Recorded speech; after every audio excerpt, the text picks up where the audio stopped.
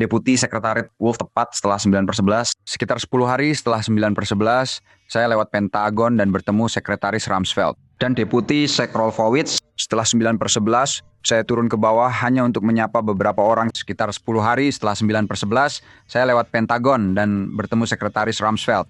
Dan Wakil Sekretaris Wolfowitz, saya turun ke bawah hanya untuk menyapa beberapa orang di Joint Staff yang dulu bekerja dengan saya. Dulu bekerja untuk saya, salah satu jenderal memanggil Tuan, "Kamu harus masuk.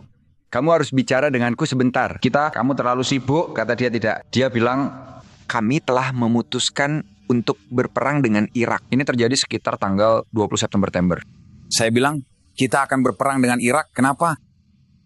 Dia bilang, "Saya tidak tahu."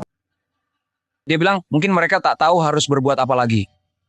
Jadi saya bertanya, mereka menemukan informasi yang menghubungkan Sodom dengan Al-Qaeda. Dia bilang, tidak. Dia bilang, tak ada yang baru di sana. Mereka baru saja memutuskan untuk berperang dengan Irak. Dia bilang, "Sepertinya kita tidak tahu cara menghadapi teroris, tapi kita punya militer yang hebat dan bisa menggulingkan pemerintah." Dan dia bilang, "Mungkin jika satu-satunya alat yang kamu punya adalah palu. Setiap masalah harus terlihat seperti paku."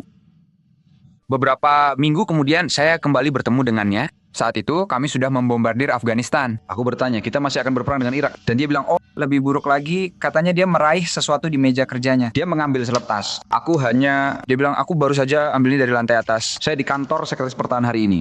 Dia bilang, "Ini memo yang menjelaskan cara menghancurkan 7 negara dalam 5 tahun.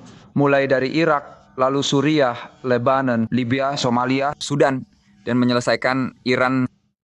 Aku tanya, "Apakah ini rahasia?" Dia bilang, "Ya Pak." Saya bilang, "Baiklah, jangan tunjukkan padaku."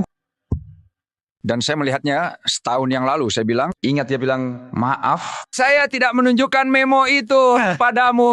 Maaf, Le, bikin name. Apa namanya?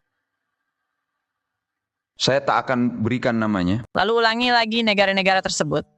Mulailah dengan Irak, Syria, dan Lebanon. Lalu Libya, Somalia, Sudan, dan kembali ke Iran. Jadi saat melihat Iran, Anda bertanya, apakah ini ulangan? Tidak persis ulangan, namun ini fakta. Iran sejak awal melihat kehadiran Amerika di Irak sebagai ancaman.